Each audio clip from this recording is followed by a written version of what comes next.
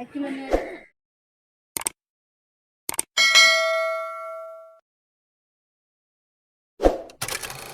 নমস্কার বন্ধুরা, শুভ সকাল। তো তোমরা সবাই কেমন আছো? আশা করছি সকলে ভালো আছো, আর আমি অনেক ভালো আছি তোমাদের আশীর্বাদে। তো আজকে একটা নতুন রকমের ব্লগ ভিডিও নিয়ে চলে এসেছি তোমাদের কাছে। তো স্কিপ না করে পুরো ভিডিওটা দেখবে। ভিডিওটা ভালো লাগলে অবশ্যই লাইক কমেন্ট শেয়ার করতে ভুলবে না।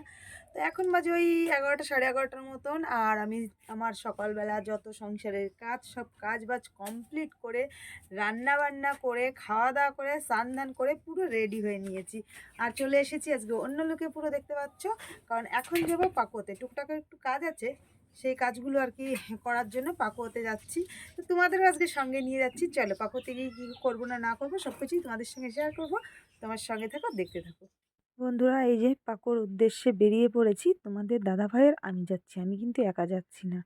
তো পাকুয়া যাব, কিছু কেনাকাটার আছে এই কারণে। আর এই যে পাকুয়াতে পৌঁছে গেছি, আর আমি একটা জায়গায় দাঁড়িয়েছি। তোমাদের দাদাভাই গাড়িটা রাখতে গেল, তো গাড়িটা রেখে এখন আমরা হাটের ভিতরে ঢুকছি আর কি। তো হাটের ভিতরে ঢুকে অনেক কিছু একটু কেনাকাটা আছে, যেগুলো জিনিস মানে আমার তেমনটা কোনো দরকারি জিনিস নেই, তোমাদের দাদাভাইয়ের একটু দরকারি জিনিস আছে কেনাকাটার, তো এই কারণেই আসা। তো তারপরে এই যে চলে এসেছি সবার আগে গুড় হাটি বলে আর কি যেটাকে, সেখানে চলে এসেছি গুড় নেওয়ার জন্য।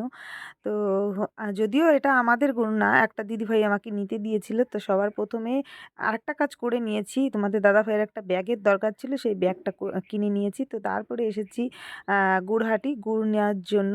তো এই প্রথমবারই আমি আসলাম, তো সুন্দর করে দেখলাম যে সব রকমের গুড় টুড় সাজানো ছিল। তো তারপরে আমার মোবাইল ঠিক করতে দেওয়া ছিল এই দোকানটায়।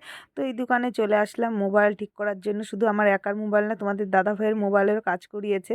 তো তারপরে আমরা হাটের ভিতরে চলে আসলাম বাড়ির জন্য কিছু সংসারিক টুকিটাকি জিনিস কেনার জন্য, সবজি বাজার টাজার করতে হবে তো এই কারণে। আর এখানে এসে কিছু কাঁচা লঙ্কা, তারপরে টমেটো, এইগুলো আর কি যেগুলো আর কি সবজি মানে নিতে হবে, সেই সমস্ত সবজি আর কি নিয়ে নিচ্ছি। তারপরে বাড়িতে একদম আলু শেষ হয়ে গেছিলো, তো এখান থেকে কিছু আলু বেশি করে নিয়ে যাচ্ছি। তো এসেছি যখন পাকুয়াতে, ভাবলাম যে এখান থেকেই বাজারটা করে নিয়ে যাই, তাহলে আর ঝামেলা হবে না। তোমাদের দাদাভাইও তেমনটা টাইম পায় না, তো এই কারণে আর কি বাজার করে নিয়ে যাওয়া। তারপরে এখানে কিছু কমলা লেবু, 1 কিলো কমলা লেবু নিয়ে নিলাম, কিন্তু প্রচুর টক ছিল কমলা লেবুগুলো। তারপরে যেটা আমার খুব একটা পছন্দের খাবার, বড়ি, তোমাদের দাদাভাই একদম পছন্দ করে না এই বড়িটা, তো আমার খুব ভালো লাগে।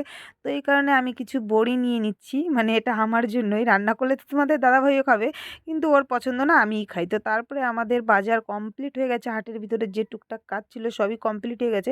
সব কিছু তোমাদের আমি ডিটেলস আজকে দেখাতে পারিনি, কারণ আজকে একটু চাপ ছিল বেশি জিনিসপত্র নেওয়ার, তো এই কারণে ভিডিও করাটা আর আমার সম্ভব হয়নি। তারপরে এই যে হাঁস মুরগি হাটে চলে আসলাম, আর এখান থেকে একটা হাঁস না হলে একটা মুরগি নেওয়া হবে।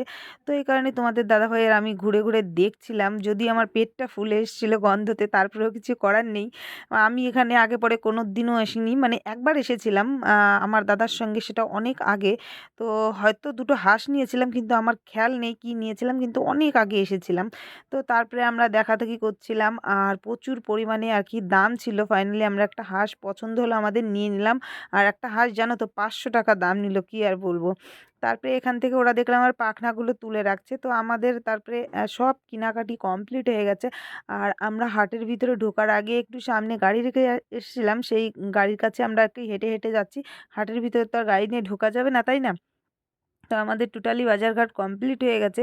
তারপরে এখানে আমি দাঁড়িয়ে ওয়েট করছিলাম, আর হচ্ছে তোমাদের দাদাভাই গিয়েছিল গাড়ি আনতে। আর আজ এই ভিডিওটা কিন্তু আমার বেশ কয়েকদিন আগের করা, ভিডিওটা আর কি ছাড়া হয়েছিল না, তো এখন আর কি ভিডিওটা পোস্ট করব। আর তারপরে আমরা হাটের ভিতর থেকে বেরিয়ে চলে আসলাম তেলের পাম্পে গাড়িতে তেল ভরার জন্য। আর গাড়িতে তেল ভরে তারপরে চলে এসেছি কেনপুকুর। আর কেনপুকুরে এই মিষ্টির দোকান থেকে তোমাদের দাদাভাই মিষ্টি নেবে, এই দোকানে এই মিষ্টিটা নাকি তোমাদের দাদাভাইয়ের খুব পছন্দ। তো এই কারণে পাকুয়াতে গেলাম, পাকুয়া থেকেও মিষ্টি নেয়নি আর আমাকে বলেওনি।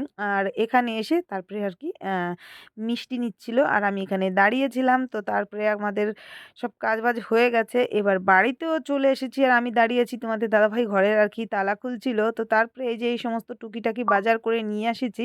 একটা ফুলকপি নিয়ে এসেছি, টমেটো, কাঁচা লঙ্কা, তারপরে কমলা, কিছু বড়ি, জিরে, তারপরে সার্ফ, চিনি এগুলো আর কি, আলু এগুলো টুকিটাকি বাজার করে নিয়ে এসেছি।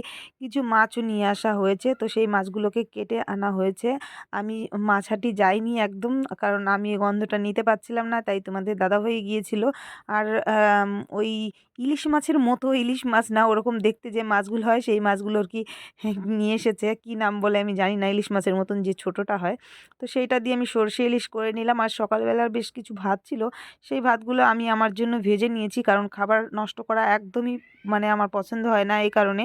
আর তোমাদের দাদাভাইয়ের জন্য সাদা ভাত করে নিয়েছিলাম, তো তোমাদের দাদাভাইকে সাদা ভাত দিচ্ছিলাম। আর আমি যে ভাতটাকে আর কি ভেজে নিয়েছিলাম সেই ভাতটা আমি খাচ্ছিলাম। আর সকালবেলার সবজিও ছিল অনেকটা।